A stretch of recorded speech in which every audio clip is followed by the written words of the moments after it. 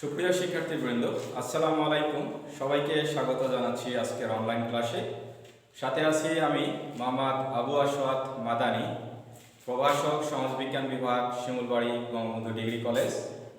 আজকে আমি সমাজবিজ্ঞান প্রথম পত্রের দ্বিতীয় অধ্যায় থেকে একটি গুরুত্বপূর্ণ টপিক নিয়ে তোমাদের সাথে আলোচনা করব। সেই গুরুত্বপূর্ণ টপিকটা হচ্ছে scientific method. Scientific method, the scientific method, যেটি বাংলা প্রতিশব্দ হচ্ছে বৈজ্ঞানিক পদ্ধতি।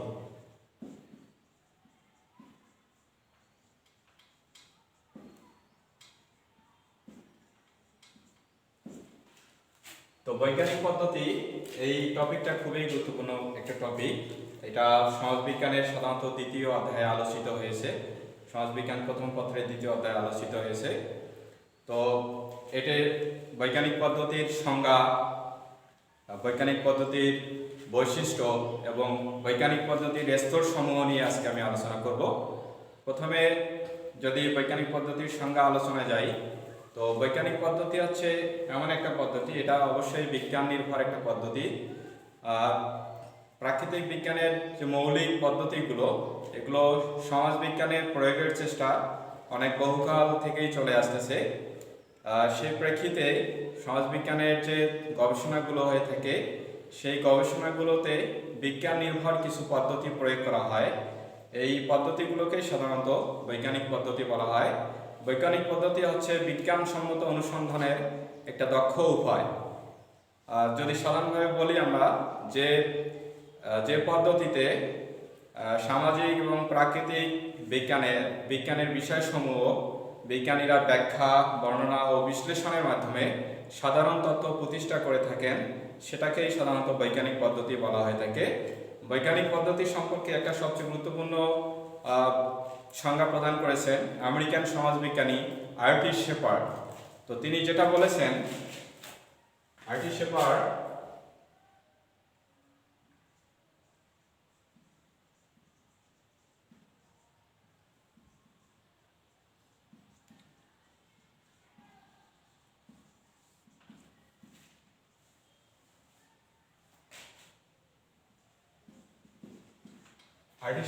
said that the scientific method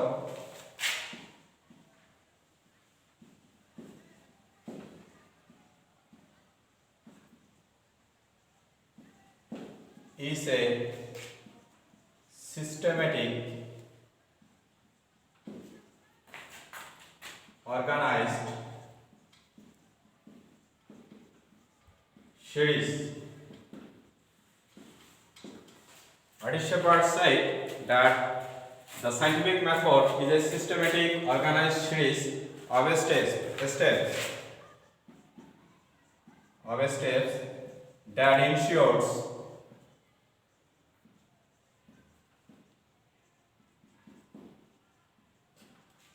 maximum objectivity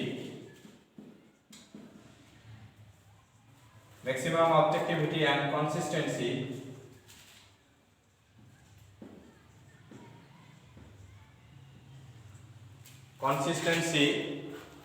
in researching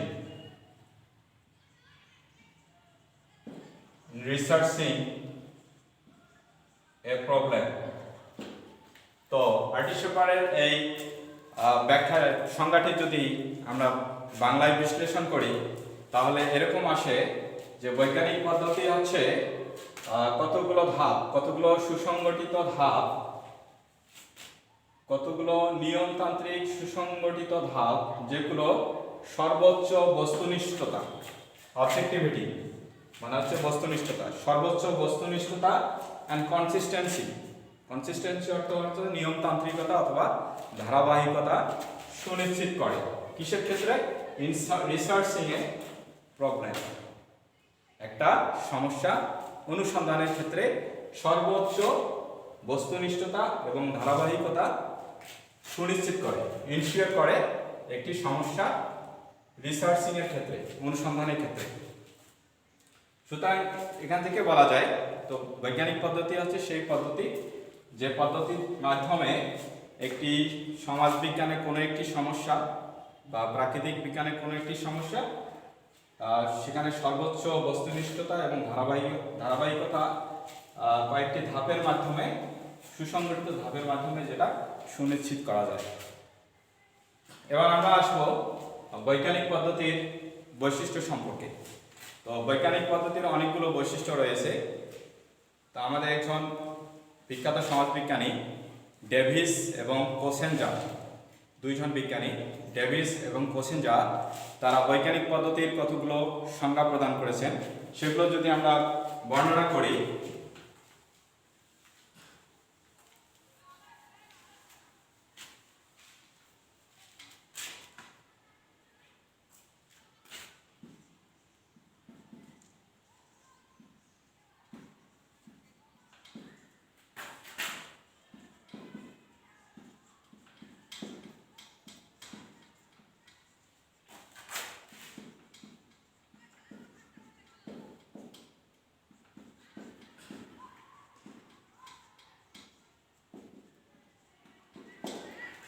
Davies and কোসেনজা তারা বৈজ্ঞানিক পদ্ধতির যে বৈশিষ্ট্যগুলো বলেছেন, তার মধ্যে প্রথমে হচ্ছে 1 নম্বর বৈশিষ্ট্যটা হচ্ছে বৈজ্ঞানিক পদ্ধতির প্রকৃতি।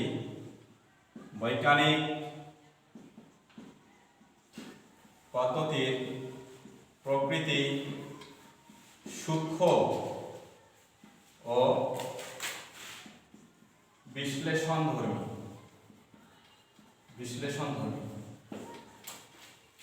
অর্থাৎ বিজ্ঞানকে যে বিষয়টাকে বিজ্ঞান মর্যাদা দেওয়া হবে, যে পদ্ধতির মাধ্যমে, যে বৈজ্ঞানিক পদ্ধতির মাধ্যমে একটা বিষয়কে বিজ্ঞান মর্যাদা দেওয়া হচ্ছে, সেটির নির্ণয়টা অবশ্যই সূক্ষ্ম হবে এবং বিশ্লেষণধর্মী হবে। দ্বিতীয় যে বৈশিষ্ট্যের কথা উল্লেখ করেছেন তারা, বৈজ্ঞানিক পদ্ধতি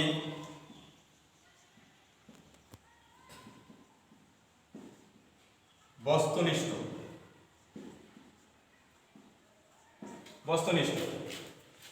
অবজেক্টিভ, অর্থাৎ বৈজ্ঞানিক পদ্ধতি অবশ্যই বস্তুনিষ্ঠ হতে হবে।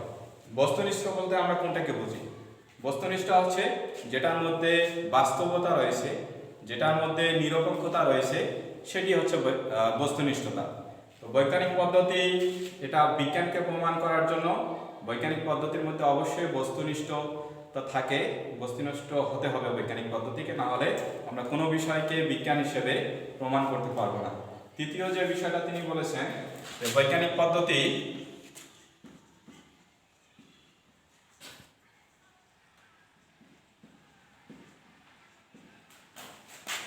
পদ্ধতির প্রকৃতি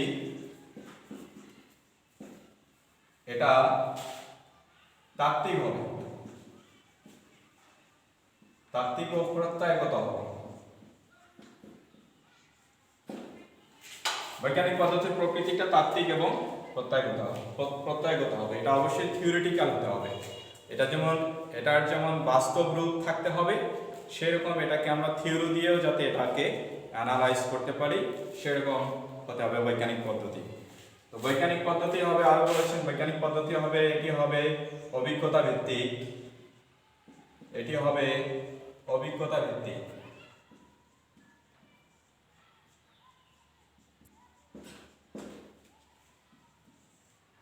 এটি হবে নিয়মতান্ত্রিক।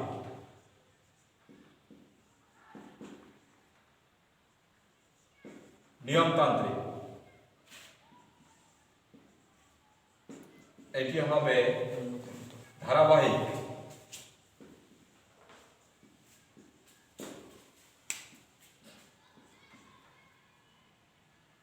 এটি হবে যাচাই বাছাই ও প্রমাণ সাপেক্ষ।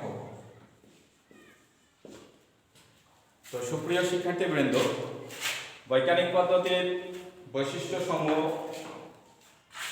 বিজ্ঞানী ডেভিস এবং কোসেনজা তারা সাধারণত এই সব বৈশিষ্ট্যের কথাই উল্লেখ করেছেন বৈজ্ঞানিক পদ্ধতির বৈশিষ্ট্যের ক্ষেত্রে। এবার আমরা আসবো বৈজ্ঞানিক পদ্ধতির স্তর সমূহ নিয়ে আলোচনা করব খুব সংক্ষেপে।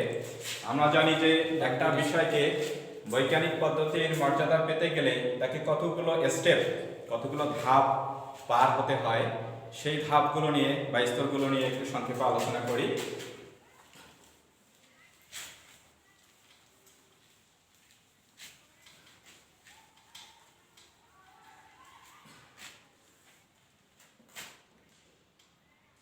Stages of scientific systematic method, scientific method, sorry,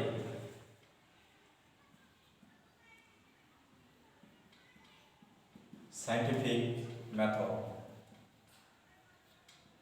তো ফার্স্ট অফ অল প্রথম যে স্টেজটা হচ্ছে সেটি হচ্ছে আইডেন্টিফাইং প্রবলেম, যেটাকে বাংলা বলা হয় সমস্যা নির্বাচন। Identifying problem. যে কোনো গবেষক যে কোনো বিষয়ে গবেষণা করার আগে তাকে যে বিষয়টা নির্বাচন করতে হয়, তাকে একটা সমস্যা নির্বাচন করতে হয়। সেই সমস্যাটা অবশ্যই সমসাময়িক হতে হবে। সেই সমস্যাটা হতে হবে সেই সময়ের প্রেক্ষিতে, যেটা সমাজের একটা কার্যকারণ প্রভাব রয়েছে, যে সমস্যাটার সমাজে কার্যকরণ প্রভাব রয়েছে এবং যে বিষয়টা, যে জিনিসটার কারণ উদ্ঘাটন করা যেতে পারে, এই ধরনের বিষয়টা সাধারণত বিজ্ঞানীরা সমস্যা হিসেবে নির্বাচন করে থাকেন। তো বৈজ্ঞানিক পদ্ধতির প্রথম ধাপ হচ্ছে সমস্যা নির্বাচন। এটা অবশ্যই বিজ্ঞানসম্মত উপায়ে হতে হবে। দ্বিতীয় বিষয় হচ্ছে ডিফাইনিং ডেফিনেশন।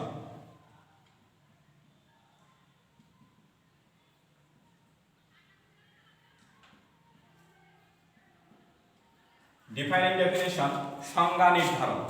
সমস্যা নির্ধারণ হয়ে গেল, সমস্যা নির্বাচন হয়ে গেল, এখন যে বিষয়টা আসবে সেটা হচ্ছে সংজ্ঞা নির্ধারণ করতে হবে। যে সমস্যাটা একজন বিজ্ঞানী তিনি গবেষণার জন্য নির্বাচন করলেন, এখন তার কাজ হচ্ছে সেই বিষয়টার সংজ্ঞা নির্ধারণ করা, এবং সেই সংজ্ঞাটা এমন একটু সুস্পষ্ট হতে হবে যাতে করে ওই সংজ্ঞার মাধ্যমে ওই বিষয়টা সম্পর্কে সুস্পষ্ট ধারণা লাভ করা যায়। সুতরাং ডিফাইনিং ডেফিনেশন বা সংজ্ঞা নির্ধারণ এটা একটা গুরুত্বপূর্ণ বিষয়, এটা সায়েন্টিফিক মেথডে একটা গুরুত্বপূর্ণ স্টেপ। বিজ্ঞানী অনেক সময় বিজ্ঞানী তার নিজস্ব সংজ্ঞা নির্ধারণ করে থাকেন, এটাকে আমরা বলে থাকি অপারেশনাল ডেফিনেশন বা কার্যকরী সংজ্ঞা। তো বিজ্ঞানীরা নিজেরাই সংজ্ঞা প্রদান করতে পারেন অথবা বাস্তব প্রেক্ষাপট থেকে সংজ্ঞা নির্ধারণ করতে পারেন। তৃতীয় যে স্টেজটা আছে সেটা হচ্ছে formulation of hypothesis. Formulation of hypothesis, অনুসিদ্ধান্ত প্রণয়ন।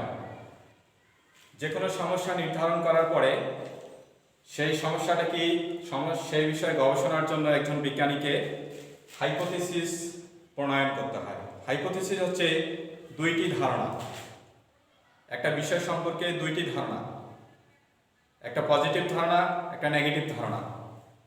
তো তত্ত্ব উপাত্ত সংগ্রহ করার পরে সেই ধারণাটা রিজেক্টেড হতে পারে অথবা অ্যাকসেপ্টেড হতে পারে। এটি অবশ্যই ডিপেন্ড করে ফিল্ড পর্যায়ে যে তথ্য উপাত্ত সংগ্রহ করা হয়, সেই তথ্য উপাত্ত সংগ্রহ করার পরে হাইপোথিসিসটা ডিনাই হতে পারে অথবা অ্যাকসেপ্টেড হতে পারে। তো হাইপোথিসিস নির্ধারণ করা, প্রণয়ন করা এটি গবেষণার একটা গুরুত্বপূর্ণ অংশ এবং এটা অবশ্যই বৈজ্ঞানিক পদ্ধতিতে হতে হবে। এরপরে হচ্ছে টেস্টিং হাইপোথিসিস। হাইপোথিসিস ফর্মুলেশনের পরে হাইপোথিসিসটাকে টেস্ট করতে হবে, টেস্টিং হাইপোথিসিস।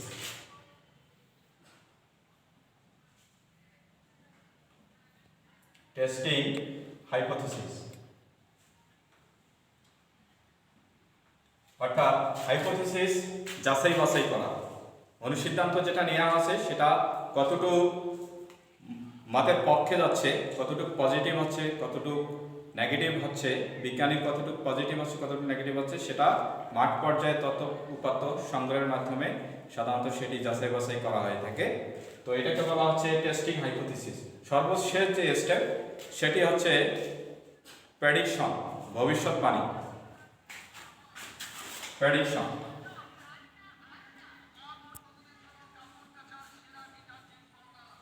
ভবিষ্যৎবাণী।